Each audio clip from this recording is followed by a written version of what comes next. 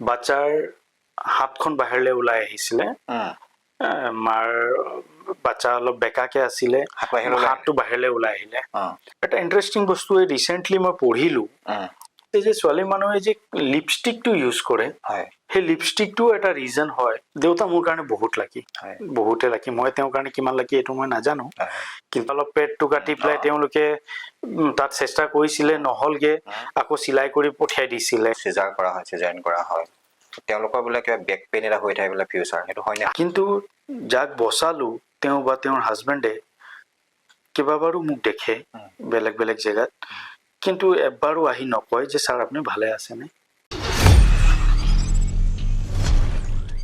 নমস্কাৰ মই বিশ্বজ্যোতি বৰুৱাই আপোনালোক সকলোকে শব্দবৃক্ষলৈ স্বাগতম জনাইছো আশা ৰাখিছো আপোনালোক ভালে আছে ভালে থাকক শব্দবৃক্ষৰ আজি এই খণ্ডটিলৈ আমি আমন্ত্ৰণ জনাইছো তিনিচুকীয়াৰ এজন বিশিষ্ট চিকিৎসক প্ৰসূতি ৰোগ বিশেষজ্ঞ শ্ৰদ্ধাৰ ডাক্তৰ মহিব চাহুদেৱ তেখেতৰ লগত মহিলাসকলৰ বিভিন্ন সমস্যাৰ ওপৰত আমি আমাৰ আজি এই পডকাষ্টত আলোচনা কৰিম আপোনালোকে আমাৰ এই পডকাষ্টটো শেষলৈকে চাব শব্দবৃক্ষক মৰম কৰি থাকিব স্যাৰ ভালে আছে আছো ভালে স্যাৰ আমাৰ শব্দবৃক্ষত আপোনাক স্বাগতম জনাইছো নমস্কাৰ বহুত বহুত ধন্যবাদ আপোনাক আৰু শব্দবৃক্ষৰ প্ৰতিটো দৰ্শকসকলক মোক আজি ইয়াত আমন্ত্ৰণ কৰাৰ বাবে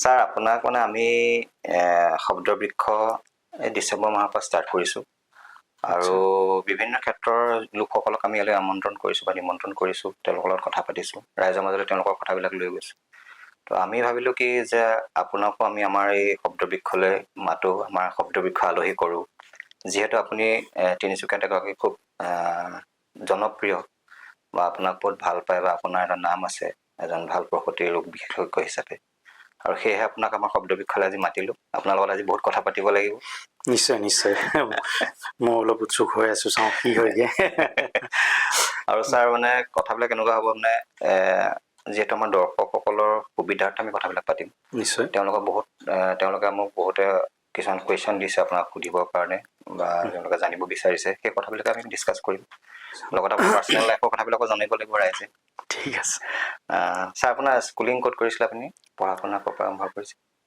মই নিজৰ স্কুলিং ষ্টাৰ্ট কৰিছিলোঁ বৰপথাৰত বেবিজ নাৰ্চাৰী কোৱেড হাই স্কুল আছে তাৰ পৰা মই নিজৰ মেট্ৰিক পাছ কৰিলোঁ তাৰপিছত মই কটন কলেজৰ পৰা নিজৰ হায়াৰ ছেকেণ্ডেৰী পাছ কৰিলোঁ তাৰ পিছলৈ আকৌ মই মেডিকেলত MBBS কৰিলোঁ ডিব্ৰুগড় মেডিকেল কলেজ আমাৰ আসাম মেডিকেল কলেজৰ পৰা তাৰপিছত মই নিজৰ পোষ্ট গ্ৰেজুৱেশ্যন কৰিলোঁ শিলচৰ মেডিকেল কলেজৰ পৰা 2014ত মই পোষ্ট গ্ৰেজুৱেশ্যন কৰি শেষ কৰাৰ পিছত এতিয়া মই 2014ৰ পৰা তিনিচুকীয়াতে প্ৰেক্টিছ কৰি আছোঁ স্যাৰ প্ৰথম ক'ত প্ৰেক্টিছ আৰম্ভ কৰিছিলে প্ৰথম প্ৰেক্টিছ ষ্টাৰ্ট কৰিলোঁ মই আহি পেলাই তিনিচুকীয়া ছেণ্ট লুক হস্পিটেলত মই এজ এ কনচালটেণ্ট গাইনেকলজিষ্ট হিচাপে মই জইন কৰিলোঁ আৰু তাৰপিছত কেইদিনমান পিছতে আকৌ মই তাৰ লগতে স্বস্তিক নাৰ্ছিং হোম বুলি আছে যোনটো নপুখুৰীত তাতে মই জড়িত হ'লোঁ ছাৰৰ লগত যেতিয়া একদম ষ্টাৰ্ট হ'ল হস্পিটেলটো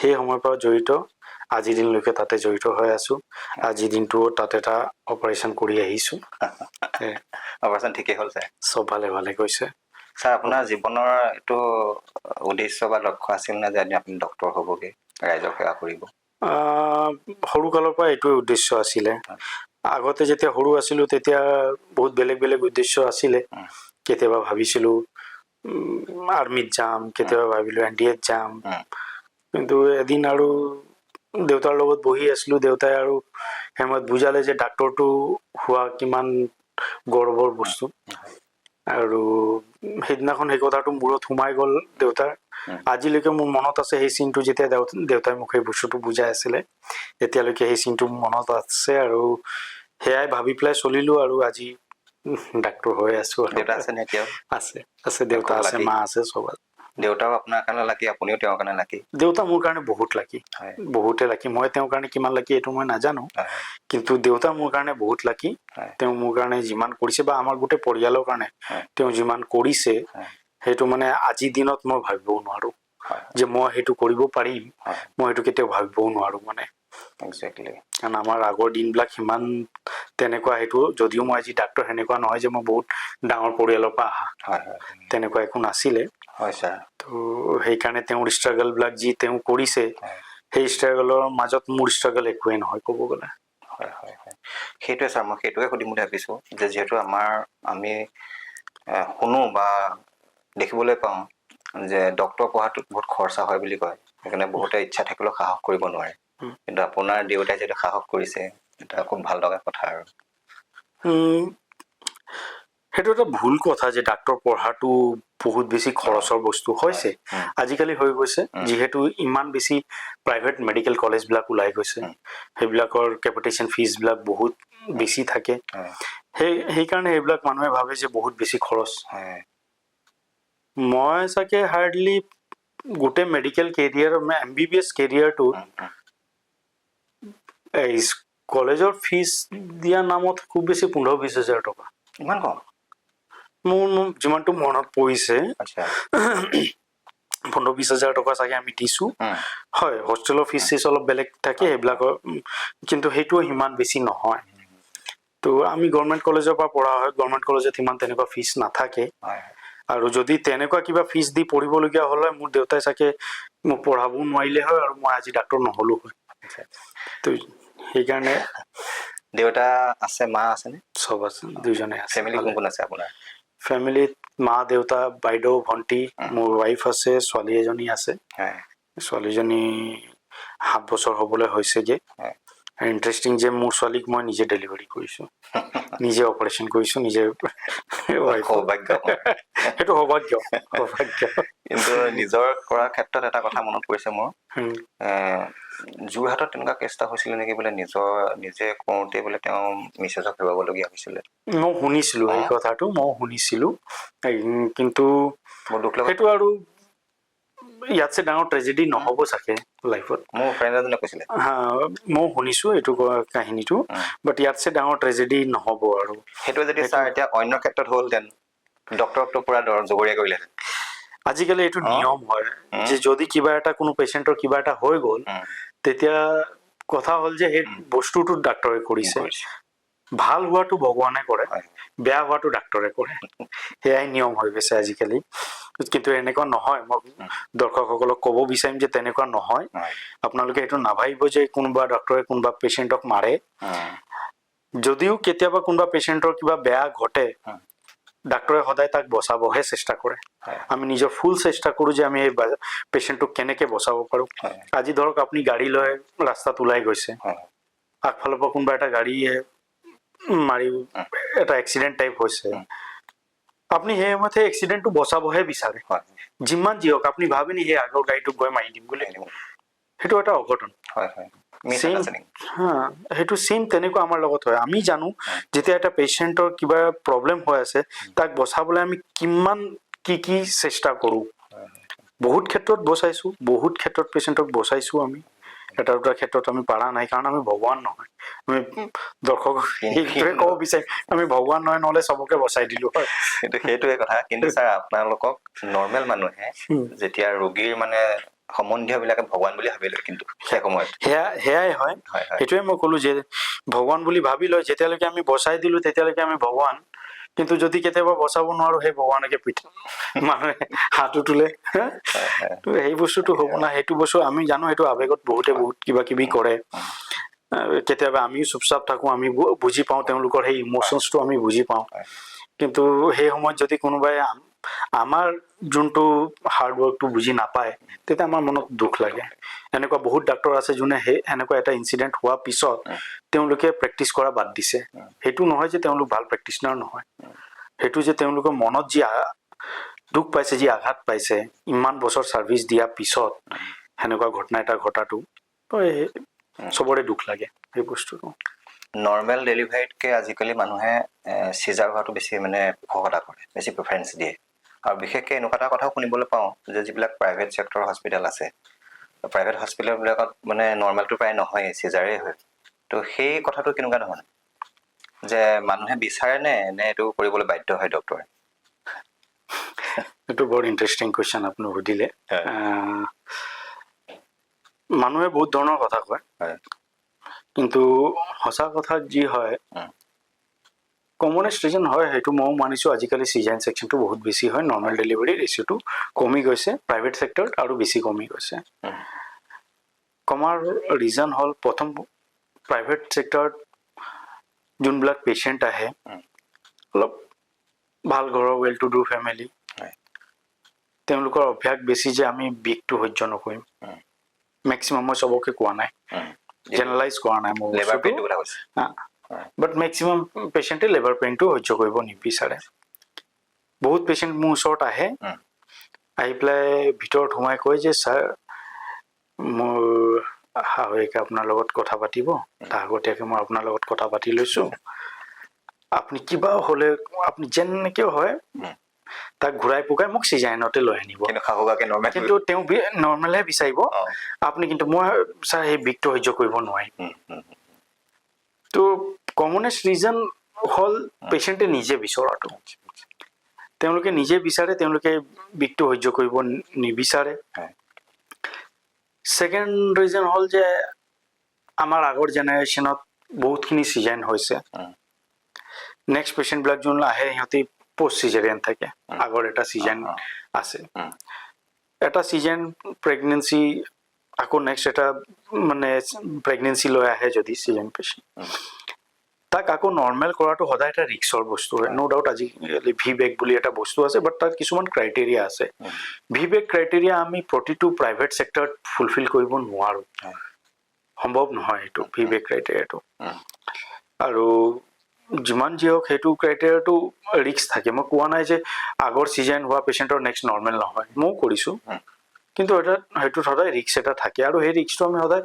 পেচেণ্টক বুজাই দিওঁ 95% পেচেণ্টে ৰিক্স ল'ব নিবিচাৰে সেইকাৰণে আমি আগত আকৌ চিজাইন কৰিবলগীয়া হয় ছাৰ আপুনি মাজতে কথাটো ক'লোঁ যে আপুনি নৰ্মেল আৰু চিজাৰ আপোনাক যদি সোধোঁ আপুনি কোনটো আপুনি এডভাইচ কৰিব কোনটো কৰিবলৈ ক'ব কোনটোত মানে আপোনাৰ ইন ফিউচাৰ সমস্যাটো বেছি তেনেকুৱা কথা নহয় বস্তু হ'ল যে দুইটাৰে নিজৰ নিজৰ ইকুৱেল প্ৰিফাৰেঞ্চ আছে নৰ্মেল হোৱা বস্তুটোক আমি নৰ্মেল বুলিয়ে ক'ম যদি পেচেণ্টৰ কোনো তেনেকুৱা কমপ্লিকেশ্যন নাই বেবী চাইজ ঠিকে আছে ভিতৰত পানীটো ঠিকে আছে পজিশ্যন ঠিকে আছে তলৰ ৰাস্তাটো ধুনীয়া হৈ আছে বেবী ভিতৰত পায়খানা কৰা নাই আৰু বেলেগ কেইবাটাও ক্ৰাইটেৰিয়া চাই পেলাই যদি আমাক লাগে যে চব ঠিকে আছে আমি সদায় নৰ্মেলৰ কাৰণেই এডভাইচ কৰিম কিন্তু চব কেছতে মই নৰ্মেল এডভাইচ কৰিব নোৱাৰোঁ কিছুমান পেচেণ্ট আছে য'ত মোক চিজাইন এডভাইচ কৰিবই লাগিব সেইবিলাক চিজাইনৰ ইণ্ডিকেশ্যনছ আছে যে এনেকুৱা এনেকুৱা কেছত আজি যদি কাৰোবাৰ তলৰ ৰাস্তাটো ঠিক হৈ আছে তাক আমি CPD বুলি কওঁ সেই বস্তুটোত মই যদি তেওঁ কয় যে নাই আপুনি জোৰ দি থাকক হৈ যাব সেইটোত বাচ্চা বেয়া হ'ব আৰু কিছুমান যদি প্ৰথম বাচ্চা উল্টা হৈ আছে ব্লিচ প্ৰেজেণ্টেশ্যন সেইবিলাক কেছতো আমি চিজাইন কৰিবলৈ কওঁ ৰেডি হৈ থাকে মানে ৰেডি হৈ যায় কেতিয়াবা ফুলটো যোনটো প্লেচেণ্টা বুলি কওঁ আমি সেইটো তলফালে থাকে সেইটো কেছত নৰ্মেল কৰাটো বহুত ডাঙৰ ৰিক্স হয় আৰু নহয়ও এনেকৈ কেইবাটাও ৰিজন আছে কেইবাটাও ইণ্ডিকেশ্যন আছে আমাৰ ওচৰত য'ত আমি নৰ্মেল নহয় আমি চিজাইনটো বেছি প্ৰিফাৰ কৰোঁ কিন্তু যোনটো কেছত একো তেনেকুৱা ইণ্ডিকেশ্যনে নাই তাত আমি নৰ্মেলটো প্ৰিফাৰ কৰোঁ মানে চিটুৱেশ্যনৰ যিটো ডিমাণ্ড চিটুৱেশ্যনৰ যোনটো ডিমাণ্ড পেচেণ্টৰ যোন যেনেকৈ যি কণ্ডিশ্যন সেইটোৰ ওপৰত ডিপেণ্ড কৰে আৰু শুনো যে ছাৰ যে যিসকলৰ চিজাৰ কৰা হয় চিজাৰিন কৰা হয় তেওঁলোকৰ বোলে কিবা বেক পেইন এটা হৈ থাকে বোলে ফিউচাৰ সেইটো হয়নে আহে বহুত পেচেণ্ট আহে যে ছাৰ মোৰ সেই বেজি দিয়া জেগাটোত পিঠিত বিষাই আছে সেইটো পুৰা সঠিককৈ মই গোটেইটো ক'ব নোৱাৰিম হয় পেচেণ্ট আহে সেই কমপ্লেইন লৈ আহে কিন্তু সেইটো কিমান ৰিলেটেড হয় সেই ইনজেকশ্যনৰ কাৰণে সেইটো মই গোটেইটো ক'ব নোৱাৰিম সেইটো এজন এনেস্থেচিয়া এইটো এনেকুৱা নি চাগে চিজাৰ বিলাকে কয় যে এইটো বিষটো থাকিব তো মেণ্টেলি তেনেকৈ সোমাই জানি মনত মানুহৰ যে মোৰ এনেকৈ বেজি দিছিলে মোৰ বিষটো চাগে হ'ব আৰু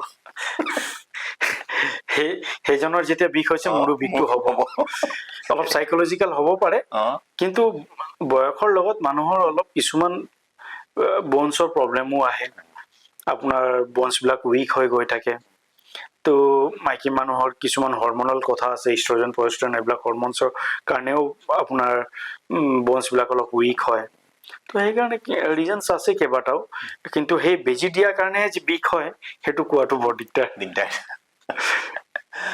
ছাৰ এই কনচিভৰ কথা আমি যেনেকৈ পাতি আছো, কনচিভ কৰিলে এটা বাচ্চা জন্ম দিলে, সন্তান এটা জন্ম দিলে, জন্ম দিয়াৰ পাছত এটা সন্তানৰ পৰা ইটো সন্তান ভবালৈকে কিবা সময় এটা মেইনটেইন কৰিব লাগে নেকি ডিউৰেশ্যন এটা?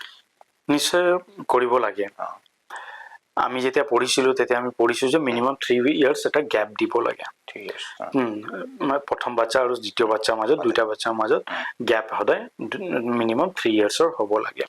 তাৰ পাছফালেও কাৰণ এটা আছে, কাৰণ তেওঁলোকে যিমানখিনি ব্লাড লছ কৰে ডিউৰিং ডেলিভাৰী, যিমানখিনি ব্লাড লছ হয় সেই ব্লাডটো আকৌ গাত সেই হিমোগ্লোবিন লেভেলটো আহিবলৈ বা তেওঁলোকৰ গাটো আকৌ ৰেডি হ'বলৈ নেক্সট প্ৰেগনেঞ্চিৰ কাৰণে তেতিয়া অলপ সময় এটা দৰকাৰ হয়। নহ'লে খুব সোনকালে যদি প্ৰেগনেঞ্চি হয়, যোনটো বেবী হ'ব সেইটো সিমান স্বাস্থ্যৱান নহ'বও পাৰে, উইক হ'ব পাৰে, বা মাৰ কাৰণেও বহুতখিনি অসুবিধা ফেচ কৰিব পাৰে যদি খুব সোনকালে প্ৰেগনেঞ্চি হয়। খুব ছাৰ দেৰি হ'লেও কিবা প্ৰব্লেম হোৱা চান্স থাকে নেকি, মানে এটা সন্তানৰ পৰা অন্য এটা সন্তানলৈ? দেৰি হ'লেও অলপ প্ৰব্লেম হ'ব পাৰে, হয়তো তেওঁৰ ফাৰ্টিলিটিটো কমি যাব পাৰে, সেনেকুৱাও হ'ব পাৰে। তেওঁ যদি বয়সটো বহুত বেছি বাঢ়ি গ'ল, তেওঁৰ ফাৰ্টিলিটি কমি যাব পাৰে, ফটকে প্ৰেগনেঞ্চি নহ'ব পাৰে। ছেকেণ্ডলি, মাৰ এজ যিমান বেছি হ'ব ইমান বেবিত এবনৰ্মেলিটি হোৱা চান্সবিলাক থাকে। 35 yearsতছে বেছি যদি মাৰ এজ হয় তেতিয়া সদায় তেওঁলোক অলপ হাই ৰিস্ক কেটেগৰীত যায়গৈ। হাই ৰিস্ক মানে তেওঁলোকৰ বেবিত আমি বহুতখিনি স্ক্ৰিনিং কৰিবলগীয়া হয় যে বেবিৰ ভিতৰত কিবা এবনৰ্মেলিটি আছে নেকি। আৰু সেইবিলাক কেছত মই সদায় পেচেণ্টবিলাকক এডভাইচ কৰিম যে কিছুমান এবনৰ্মেলিটি টেষ্টবিলাক থাকে, আপোনালোকৰ ডক্টৰে আপোনালোকক নিশ্চয় জনাব। 3 মাহ 5 মাহত আমি কিছুমান এবনৰ্মেলিটি টেষ্টবিলাক কৰোঁ, সেইবিলাক নিশ্চয় কৰাবলৈ। বহুতখিনি এবনৰ্মেলিটি আমি ধৰোঁ, আৰু যদি এনেকুৱা কিবা মেজৰ এবনৰ্মেলিটি ওলায় তেতিয়া আমি পেচেণ্টক সদায় এইটো এডভাইচ কৰোঁ যে নেক্সট প্ৰেগনেঞ্চিটো আগ নবঢ়াবলৈ। আৰু যদি সৰু মূৰা কিবা হয় তেতিয়া এইটো ট্ৰিটমেণ্ট হৈ যায়। যদি কিবা আমি আগতীয়াকৈ গম পাই গ'লোঁ যে পেচেণ্টৰ এনেকুৱা কিবা বেবীৰ ভিতৰত প্ৰব্লেম আছে, তেতিয়া আমি তেওঁলোকক সাজু কৰিব পাৰোঁ যে আপোনালোকৰ বেবিত এইটো প্ৰব্লেম আছে, এইটো ডেলিভাৰী ইয়াত নহয়, ইয়াত হোৱাটো বেছি ভাল, য'ত সেনেকুৱা চব সুবিধা আছে। এটলিষ্ট তেওঁলোকে সেই এডভাইচখিনি পাব যে প্ৰব্লেম যদি আছে, প্ৰব্লেমটো সলিউশ্যনটো কি হয়, সমাধানটো কি হয়। এতিয়া ছাৰ আপুনি 2014 চনৰ পৰা কিমান ক'লে? 2014 পৰা ষ্টাৰ্ট কৰিছোঁ প্ৰেক্টিচ কৰি আছে। অলমষ্ট 11 বছৰ। হিচাপ আছেনে আপুনি কিমান কেছ কৰিছে এতিয়ালৈকে, হিচাপ আছেনে? একজেক্ট হিচাপ নাই, কিন্তু মোৰ মতে মই ৰিচেণ্টলি এবাৰ চেক কৰোঁতে হয় চাগে মই 3000ৰ ওপৰত ডেলিভাৰী কৰিছোঁ। 3000? 3000 ওপৰত ডেলিভাৰী কৰিছোঁ। ছাৰ, এই যেতিয়া আপুনি 3000 ডেলিভাৰী কৰিছে, তাত কেতিয়াবা আপোনাৰ এনেকুৱাও চিটুৱেশ্যন আহিছেনে য'ত আপুনি ভয় খাইছে? আহিছে, মানে একদম আপুনি চিজাৰ কৰাৰ পিৰিয়ডটোৰ কথা কৈছোঁ। অপাৰেশ্যন কৰাৰ সময়তো ভয় খাইছোঁ। কেতিয়াবা ব্লিডিং খুব বেছি হয় পেচেণ্টৰ, এমাৰ্জেঞ্চি কেছ আহি যায়, ৰাতিখন আমাৰ ওচৰত ডু অৰ ডাই চিটুৱেশ্যন, কৰিবই লাগিব, বাচ্চা উলিয়াবই লাগিব, নহ'লে বাচ্চা মৰি যাব। কিন্তু গোটেইখিনি ইনভেষ্টিগেশ্যন ৰেডি নাই। পেচেণ্ট বাহিৰৰ পৰা, অৰুণাচলৰ কোনোবা ভিতৰৰ পৰা আহিছে, ডক্টৰৰ কথা আছে, কোনো তেওঁৰ ওচৰত টেষ্টে নাই, ব্লাড গ্ৰুপ পৰ্যন্ত নাই। কেতিয়াবা এনেকুৱা হয় যে আমি যিখিনি অলপ চলপ পাৰোঁ আমি ইনভেষ্টিগেশ্যন কৰি লওঁ, কিন্তু গোটেইখিনি ইনভেষ্টিগেশ্যন ৰাতি ইমাৰ্জেঞ্চিত নহয়গৈ, কিন্তু মই বাচ্চা উলিয়াবই লাগিব তাক বচাবৰ কাৰণে। সেনেকুৱা ক্ষেত্ৰত কেতিয়াবা আমি বহুতবাৰ বিপদতো পৰোঁ। ভিতৰত সোমাই পেলাই যেতিয়া দেখোঁ কিছুমানৰ ব্লিডিং ফটকে ৰখা নাই, ৰখাবৰ কাৰণে বহুতখিনি যুঁজিবলগীয়া হ'ল। কেতিয়াবা হয় যে ব্লাডৰ যোগাৰ নাই তেওঁলোকৰ। তো এনেকুৱা কেইবাটাও ক্ষেত্ৰত পাইছোঁ, এনেকৈ অভিজ্ঞতা আছে, তেনেকুৱা ভয় হৈছে, কিন্তু বাৰু পাৰ কৰি লৈছোঁ সেই ভয়বিলাক, ভালে ভালে পাৰ কৰিছোঁ। একদম আটাইতকৈ বোলে আপুনি কোনটো এনেকুৱা এটা কেছ কৰিছে যিটো মানে একদম মানে ক্ৰিটিকেল কেছ এটা মানে কৰিছে, যিটো আপুনি নিজেও ভয় নাই যে আপুনি ছাকচেছ হ'ব, কিন্তু হৈ গৈছে ছাকচেছ, তেনেকুৱা কিবা কেছ আছে নেকি?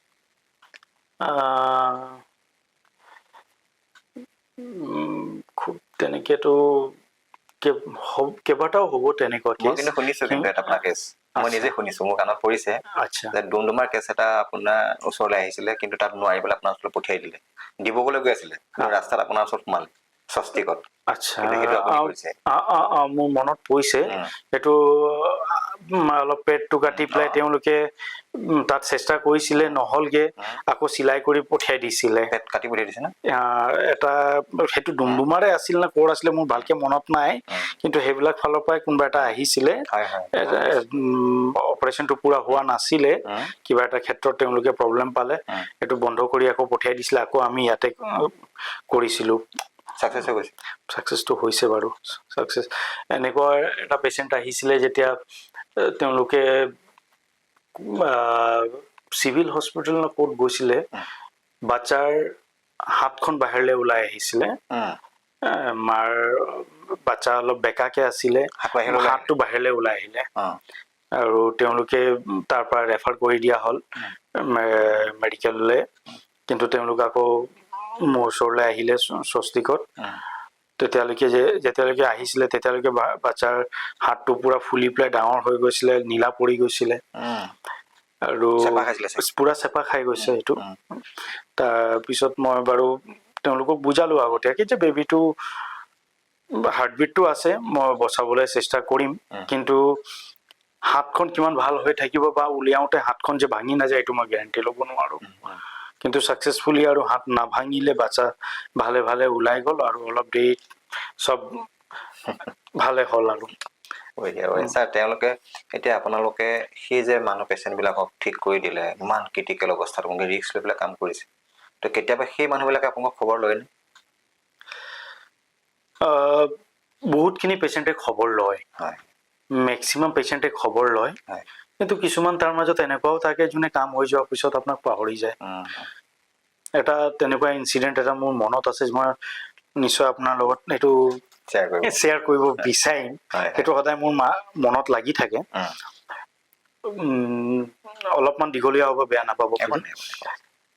মই নিজৰ একদম আৰম্ভণিৰ দিনত আছিলোঁ প্ৰেক্টিচ কৰাৰ, আৰু মোৰ কালিগ এজনে মোক ফোন কৰিলে, মই নিজৰ চেম্বাৰত আছিলোঁ, মোক ফোন কৰিলে যে ক'ত আছা, পেচেণ্ট এটা আছে, প্ৰেগনেঞ্চি কেছ, ইমান মাহ হৈছে, তাক প্ৰেছাৰ বেছি আছিলে, ফটকে এক্লেম্পচিয়া হ'ল। এক্লেম্পচিয়া মানে পেচেণ্টটোৱে ঝাটকা মাৰা ষ্টাৰ্ট কৰিলে, অলপ যেনেকে আমি মিৰ্গী বেমাৰত যেনেকে দেখা হয় তেনেকুৱা। সেইটো এক্লেম্পচিয়া বহুত ডেঞ্জাৰ বস্তু প্ৰেগনেঞ্চিত, বহুত কমন ৰিজন যে আমি পেচেণ্ট হেৰুৱাওঁ সেইবিলাক কেছত। তো সেইদিনাখন তিনিচুকীয়াত ডাঙৰ বহুত গাইনেকলজিষ্ট নাছিলে, কিবা এটা ছেমিনাৰ আছিলে ডিব্ৰুগড়ত, তেওঁলোক তাত আছিলে। তাৰপিছত মোক মোৰ কালিগজনে মাতাৰ কাৰণে মই গ'লোঁ। মই গৈ চালোঁ নিজৰ চেম্বাৰ এৰি পেলাই পেচেণ্টক বহুৱাই। মই দেখিছোঁ গোটেই মুখৰ পৰা ফেন ওলাই আছে, পেচেণ্টৰ অজ্ঞান হৈ আছে পেচেণ্ট, প্ৰেছাৰটো 200 ওপৰত, অলপ বেয়া কণ্ডিশ্যনত আছে। লগালগ যি কৰিব লাগে পেচেণ্টক, মই যিমান যি কৰিব লাগে পেচেণ্টক মই দিলোঁ, দৰৱ পাতি দিলোঁ। পেচেণ্টক আকৌ নৰ্মেল অৱস্থা, নৰ্মেল বুলি নকওঁ কিন্তু কনচিয়াছ অৱস্থাত অনা হ'ল। আৰু তাৰ এটাই ট্ৰিটমেণ্ট হ'ল যে পেচেণ্টটোৰ যিমান সোনকালে পৰা যায় ডেলিভাৰী কৰি দিয়া, কাৰণ ডেলিভাৰী কৰিলেহে পেচেণ্টটো আকৌ নিজৰ নৰ্মেল অৱস্থাত ঘূৰি আহিব পাৰিব। তো সেইবিলাক বস্তু হ'ল। কিন্তু তাৰপিছত কি হ'লগে, পেচেণ্টটো যিহেতু মই নতুন, বহুতে মোৰ ওপৰত তাৰপিছত বিশ্বাস নাই যে মই সেইটো কৰিব পাৰিম, অলদো তেওঁৰ ভাল অৱস্থাটো মইহে ঘূৰাই আনিলোঁ। যেতিয়া অপাৰেশ্যন কৰাৰ কথা আহিলে তেতিয়া চিনিয়ৰ ডাক্তৰক কোৱা হ'ল, তেতিয়ালৈকে এভেইলেবল হৈ গ'ল চিনিয়ৰ ডক্তৰ। বাৰু মোৰ এইটো একো নাই, পেচেণ্টটো ভাল হ'ল, ডেলিভাৰী হ'ল, বাচ্চা হ'ল, পেচেণ্টটোকে দুদিনমানত চব ৰিকভাৰ কৰিলে, বাচ্চাও ঠিকে ঠিকে ডিব্ৰুগড়লৈ পঠোৱা হ'ল, ডিব্ৰুগড়ৰ পৰা ভাল হৈ আহিলে। আৰু সেই পেচেণ্টজনক আজিও মই কেইবাটাও জেগাত লগ পাওঁ, তেওঁলোকেও মোক দেখে, কিন্তু মুখখন ঘূৰাই গুচি যায়। কেতিয়াও এবাৰো ছাৰ ভালে আছেনে সিমানটো পৰ্যন্তও নকয়। তেওঁলোকে ভালকে গম পায় যে এইজনে ডাক্তৰ মোক প্ৰথম বচালে, কথাটো গম পায়, চব তাতে আছে, গোটেই পৰিয়াল আছে, দেখি আছে, আৰু তাৰ মাজত কেইবাজনো আছে যোনে মোক চিনি পায়, মোৰ স্কুলৰ জুনিয়ৰ হয়, মোৰ স্কুলতে পঢ়িছে, মোতছে 1 বছৰ জুনিয়ৰ। কিন্তু যাক বচালো তেওঁ বা তেওঁৰ হাজবেণ্ডে কেইবাবাৰো মোক দেখে বেলেগ বেলেগ জেগাত, কিন্তু এবাৰো আহি নকয় যে ছাৰ আপুনি ভালে আছেনে। আজিলৈকে সেইটোও নক'লে যে আপোনাৰ কাৰণে যে ইমানখিনি হ'ল, সেইটোতো বহুত দূৰৰ কথা। ভাল বেয়াটোও নুসুধে, এনেকুৱাও পেচেণ্ট থাকে। সেয়া ছাৰ মানে ভাল এইবিলাক বেলেগ বেলেগ লাইফৰ এক্সপেৰিয়েঞ্চ হয়। ছাৰ এই মানে কি হয়, কিছুমান ব্যক্তি আছে সমাজত আমাৰ মানে কাৰোবাক প্ৰতিষ্ঠা কৰিব নিবিচাৰে, কাৰোবাক এষ্টাব্লিছ হোৱাটো নিবিচাৰে বা কাৰোবাক কৃতিত্ব দিব নিবিচাৰে, কিন্তু সেই তেওঁ নিবিচাৰিলেতো তেওঁৰ নিচিনা হাজাৰজনে বিচাৰি আছে। সেইটোৱে, এজন বেয়া বিচাৰিলে নহ'ব নহয়। মোক 50জন ভাল মানুহ আছে নহয় যোনে মোক ভাল পায়। সেইটোৱে সেইটো খালি হয়তো যিহেতু মই তেওঁক দেখি থাকো যেতিয়া তেতিয়া মোৰ মনলৈ আহি যায় কথাটো। কিন্তু এনেকুৱা বহুত মানুহ আছে যোনে বহুত ভালো পায়। হয় ছাৰ, আপোনাৰ ডেডিকেশ্যনটোৰ কথা বহুতে কয়, আৰু আপুনি যিটো সততা আৰু একাগ্ৰতাৰে কাম কৰি আছে বিভিন্ন ঠাইত আমি যেতিয়া লগ পাওঁ, এতিয়া মই এই পডকাষ্টটো কৰাৰ আগত যেতিয়া কাৰোবাক কৈছোঁ, আপোনাৰ নাম কওঁতে কয় মানে খুব ভাল ডক্তৰ, খুব মানে ধুনীয়াকৈ কথাবিলাক বুজাই দিয়ে, আৰু সেইকাৰণে আচলতে আপোনাক আমি বিচাৰিছোঁ। Thank you sir. এই আপুনি ক'লে যে 3000 কেছ কৰিছে বা তাতকৈ বেছিহে কৰিছে, তাৰ মাজত কেতিয়াবা এই কাৰোবাক হেৰুৱাবলগীয়া হৈছে নেকি? নিশ্চয় হৈছে। মই 2-3জন মান হেৰুৱাইছোঁ। তেনেকুৱা ক্ৰিটিকেল আছিলে। বহুত ক্ষেত্ৰত আমি বুজিও নাপাওঁ যে কেনেকৈ ক'ত কি প্ৰব্লেম হৈ যায়। আপুনি আগতীয়াকৈ এক্সপেক্টটো কৰিব নোৱাৰে যে এনেকুৱা কিবা হ'ব পাৰে। তো আমি যিমান যি পাৰোঁ নিজৰ ফালৰ পৰা ফুল চেষ্টা কৰিছোঁ বচাবলৈ, কিন্তু আমিও ভগৱান নহয়। যেনেকৈ মই আগতো কৈছোঁ, আমিও ভগৱান নহয়, চবকে বচাই দিব নোৱাৰোঁ। কিছুমান ভগৱানে লিখি পঠিয়াইছে কাৰ কেনেকৈ কি আজি মোৰ কি হ'ব সেইটোও মই নাজানো। তো সেইকাৰণে হেৰুৱাইছোঁ 2জনমান তেনেকৈ পেচেণ্ট হেৰুৱাইছোঁ, 2-3জনমান। আৰু খুব মনটো বেয়াও লাগে যেতিয়া সেইবিলাক কথা ভাবোঁ। হয় হয় নাই ছাৰ, আপুনি যিটো 100% দিব লাগে দিছে ন, সেয়াই, সেইটো ওপৰৰ কথা, ভগৱানৰ কথা, বাকী আৰু ভগৱানৰ কথা। হয়, সেইটো আপোনাৰ হাত নাথাকে, আৰু দুখটো লাগিবই স্বাভাৱিক, নিজৰ হাততে যেতিয়া হেৰুৱাইছে। ছাৰ এনেকুৱা হয় নেকি যে আপোনালোকে যিহেতু 9 মাহ হয় জানো কনচিভ পিৰিয়ডটো, প্ৰেগনেঞ্চি পিৰিয়ডটো 9 মাহ হয়, সেই 9 মাহ বা 10 মাহৰ ভিতৰতে আপোনালোকে গোটেই মানে তেনেকুৱা মেডিচিনৰ পৰা আদি কৰি গোটেইবিলাক কৰিবলগীয়া থাকে। কেতিয়াবা এনেকুৱা হয় নে যে যিবিলাক আপোনালোকে সেই ব্যক্তিক মহিলাগৰাকীক যেনেকৈ আপোনালোকে প্ৰেছক্ৰাইব কৰিছে দৰৱবিলাক বা যেনেকৈ খাবলৈ কৈছে, যেনেকৈ ৰুটিন ফ'ল' কৰিব কৈছে, তেনেকৈ নকৰাও হৈ যায় নেকি কেতিয়াবা? 50%-এ নকৰে। 50%-এ নকৰে, কিন্তু সেই 50%-এ আপোনাৰ ভিতৰত ভুল ধৰে। আচ্ছা। যেতিয়া আপুনি ভালকে চাব, তেওঁলোকৰ গোটেই প্ৰেছক্ৰিপশ্যনখন চাব, তেতিয়া আপুনি দেখিব যে যোনে আপোনাৰ ভিতৰত ভুল ধৰিছে, সেই 50%-এ আপোনাৰ কথা ফ'ল' কৰা নাই। মেক্সিমাম টাইমলি মেডিচিনটো বেলেগ কথা, মেডিচিন মাহে মাহেও নাখায়। প্ৰেছাৰ খুব হাই আছে, আমি প্ৰেছাৰৰ দৰৱ দিছোঁ, কিন্তু ঘৰৰ মানুহে মানা কৰিছে প্ৰেছাৰ দৰৱ এবাৰ খালে গোটেই জীৱনটো খাব লাগে, সেইকাৰণে নাখায়। মই এইফালে দৰৱ দি আছোঁ, লিখি আছোঁ, প্ৰথমে দিনত এবাৰকে, তাৰপিছত দিনত 2বাৰকে, তাৰপিছত দিনত 3বাৰকে, কিন্তু প্ৰেছাৰটো কমা নাই। তেওঁলোকৰ সঁচা কথা নকয়? নকয় কেতিয়াও। পাছলৈ গম পাওঁ, বা বেলেগ কোনোবা তেওঁলোকৰ পৰিয়ালৰ মানুহৰ পৰা গম পাওঁ যে তেওঁ প্ৰেছাৰ দৰৱটো খোৱাই নাই নহয় ছাৰ। খং উঠে নাই তেতিয়া আপোনাৰ? মানুহৰ খং উঠিবই, খং উঠিবই, কেতিয়াবা খঙাও পেচেণ্টক। এইবিলাক খঙাও তেওঁলোকৰ ভালৰ কাৰণে। আজি তেওঁলোকৰ জীৱনৰ কাৰণেতো আমি লাগি আছো, কিন্তু তাতে যদি আপুনি মোক সহায় নকৰে, আপুনি মোক ছাপোৰ্ট নকৰে, মই কেনেকৈ ভাল কৰি দিম বাৰু? সেইবিলাক ভুল ধাৰণা লৈ চলাটো ভাল নহয়। আমাৰ সমাজখনত এটা খুব সাংঘাতিক ধৰণৰ এটা সমস্যা হৈছে কি, যিটো ইনফাৰ্টিলিটি, তো যিটো বন্ধ্যাত্ব বুলি কোৱা হয়, যে খুব সাংঘাতিক ধৰণে এইটো ইনক্ৰিজ হৈছে। সেই যে বন্ধ্যাত্বৰ যিটো ইনক্ৰিজ হোৱাৰ যিটো কাৰণ বা যিটো বাঢ়ি গৈছে, প্ৰভাৱটো বাঢ়ি গৈছে, তো এই সমস্যাটোৰ আঁৰৰ কথাবিলাক কেনেকুৱা ধৰণৰ হ'ব পাৰে? কেইবাটাও কাৰণ আছে, আৰু এইটো সঁচা যে বহুতখিনি ৰেচিঅ' বাঢ়িছে। ৰিচেণ্ট সময়ত লাষ্ট কেইবাবছৰতো আমি ইনফাৰ্টিলিটি কেছ বহুত বেছি পোৱা হৈছোঁ। মানুহৰ লাইফ ষ্টাইলবিলাক চেঞ্জ হৈ গৈ আছে। মানুহে আগৰ দিনত বিয়া হৈছিলে 20 বছৰতে, আজিকালি বিয়া এজ হৈ গ'ল অলমষ্ট 35 বছৰ। যেতিয়া লেট মেৰেজ হোৱা ষ্টাৰ্ট হ'ল, কিন্তু মানুহৰ বডিটোতো চেঞ্জ হৈ থাকিব, সেইটোতো ৰখি নাথাকে। যিকোনো মাইকী মানুহৰ বা যিকোনো লেডিজৰ আপোনাৰ যোনটো ফাৰ্টিলিটি চান্সেছবিলাক উম, 35ৰ পিছত সেইটো কমি গৈ থাকে উম, যোনটো এগৰ ৰিজাৰ্ভ থাকে তেওঁলোকৰ অভেৰিত উম।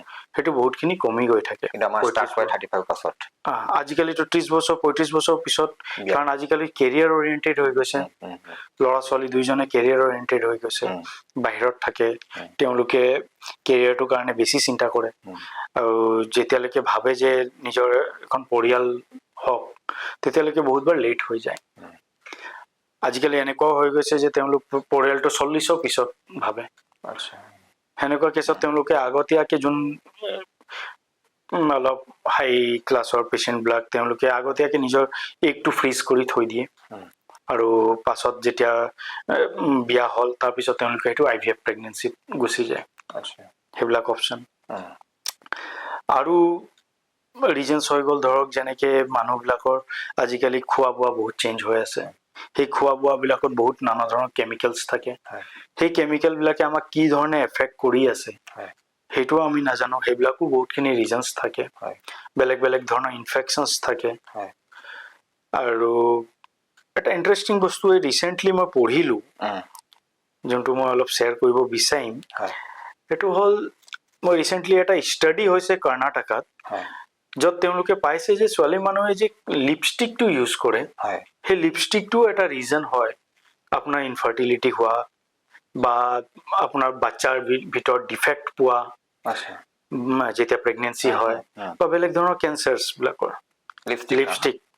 লিপষ্টিকবিলাকত তেওঁলোকে কিছুমান লিড ইউজ কৰে কালাৰৰ কাৰণে তাৰপিছত কিছুমান বেলেগ বেলেগ ধৰণৰ প্ৰিজাৰ্ভেটিভ ইউজ কৰে যাক আমি BPA BST এনেকুৱা কিছুমান প্ৰিজাৰ্ভেটিভ আছে যোনবিলাক ইউজ কৰে আৰু সেইবিলাক যেতিয়া তেওঁলোকে নিজৰ লিপছত লগাইছে সেইবিলাক বহুতখিনি তেওঁলোকৰ মুখৰ ভিতৰত পেটত গৈ আছে আৰু ডেইলি ইউজ হৈ আছে ডেইলি গৈ আছে বছৰে বছৰে গৈ আছে বস্তুটো সেইটো সৰু কালৰ পৰাই ষ্টাৰ্ট হৈছে এভৰিডে গৈছে তেওঁলোকে আজিকালি 15 বছৰৰ পৰাই ষ্টাৰ্ট হৈ গৈছে মডেলিং বস্তুটো ষ্টাৰ্ট হৈছে আজি আগত যিমান আপুনি মডেলিং দেখিছিলে আজিকালি তাতছে বহুত বেছি হৈ গ'ল তো সেইবিলাক ফেশ্বন ইমান বেছি বাঢ়ি গ'ল সেইবিলাকৰ কাৰণে যি এনেকুৱা এনেকুৱা ধৰণৰ বস্তুবিলাক ইউজ হৈ আছে সেইবিলাক যে ইমানখিনি ভিতৰত গৈ পেলাই তেওঁলোকৰ যোনটো ৰিপ্ৰডাক্টিভ অৰ্গানছবিলাক আছে সেইবিলাকক অলপ বেয়া কৰি আছে ডেমেজ কৰি আছে হৰমনেল ইমবেলেঞ্চ কৰি আছে PCOD বুলি প্ৰব্লেম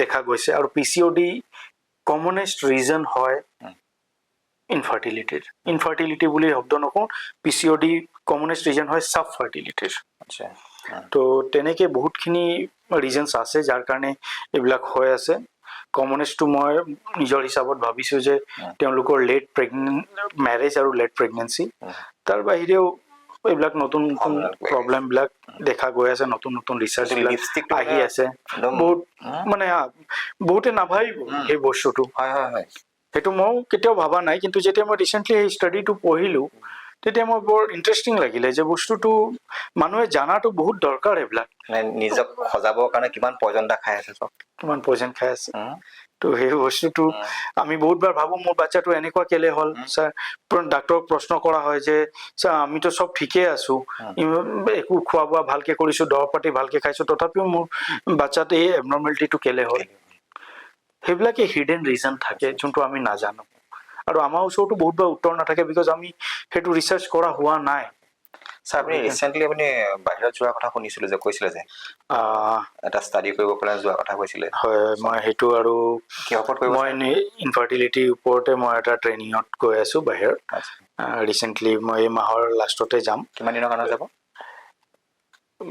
এতিয়াতো বৰ্তমান 3 মাহৰ ট্ৰেইনিং থাকিব বাহিৰত তাৰপিছত আকৌ ঘূৰি আহি তিনিচুকীয়াত কেতিয়া ভৰি দিম এতিয়া নাজানো মানে 3 মাহ নাথাকে 3 মাহটো নাথাকিম কিন্তু তিনিচুকীয়াত এতিয়া ফটকে নাহোঁ অলপ সময় লাগিব তিনিচুকীয়াত ঘূৰি আহি মানে বেলেগ জেগাত যাব নেকি নহয় হয়তো অসমতে থাকিম কিন্তু তিনিচুকীয়াত আহিবলৈ হয়তো এবছৰমান সময় লাগি যাব ট্ৰেইনিংটো গোটেইটো কমপ্লিট হৈ অহাৰ সময়টো কমচে কম এবছৰমান লাগি যাব পাৰে এবছৰলৈকে আপুনি মানে হয়তো মই তিনিচুকীয়াত নাথাকিব আৰু নাচাব পেচেণ্ট হয় আমাৰ দৰ্শকসকলে দুখেই কৰিব বহুতখিনি পেচেণ্ট আছে যাক মই চাই আছোঁ তেওঁলোকক এনেকে এৰি যাবলগীয়া হৈছে কিন্তু মই নিজৰ জেগাত বেলেগ এজন ডক্তৰ ঠিক কৰি গৈছোঁ সেইকাৰণে আৰু চাওঁ অলপমান আগবাঢ়িবৰ কাৰণে কিছুমান চেক্ৰিফাইচ কৰিবলগীয়া হয় ফাৰ্ডাৰ ষ্টাডি কৰিবৰ কাৰণে অলপ ফাৰ্ডাৰ ষ্টাডিৰ কাৰণে, কাৰণ মই তিনিচুকীয়াত আমাৰ সেই চিকিৎসাটো ইমানো এতিয়ালৈকে উন্নত হোৱা নাই।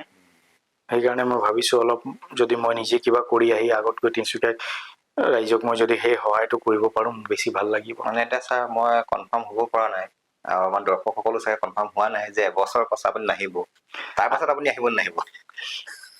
আহিম বুলি ভাবিছোঁ। মোৰ নিশ্চয় মন আছে তিনিচুকীয়াতে আহিবলৈ, তিনিচুকীয়াতে প্ৰেক্টিচ কৰিবলৈ।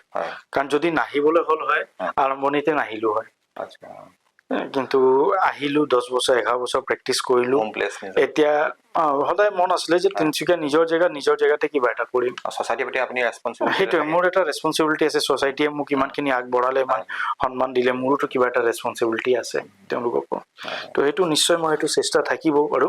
ছাৰ আপুনি যাওক ফাৰ্ডাৰ ষ্টাডিৰ কাৰণে, আপুনি গৈ আপুনি ষ্টাডি কৰক, আকৌ ঘূৰি আহক, আমি সেইটোৱে বিচাৰিম। আমাৰ দৰ্শকসকলে সেইটোৱে বিচাৰিব, যিহেতু আপুনি তিনিচুকীয়াত খুব এটা ভাল, আপোনাক ভাল পায় আৰু জনসাধাৰণে ভাল পায়, আৰু সেইকাৰণে আপোনাক চাগে বিচাৰি থাকিব। অহাটো আমিও কামনা কৰিছোঁ, শব্দৰ বিষয়ে কামনা কৰিছোঁ। নিশ্চয় আহিম মই। ছাৰ এই কনচেপ্ট ৰিলেটেড এটা কথা সোধোঁ, যে যেতিয়া কনচেপ্ট কৰে, সেই কনচেপ্ট কৰাৰ সময়ত তেওঁলোকে ডক্তৰৰ পৰামৰ্শ লোৱাটো দৰকাৰ আছে নাই? নিশ্চয় দৰকাৰ আছে। এইটো প্ৰি কনচেপশ্যনেল কাউন্সিলিং হয়।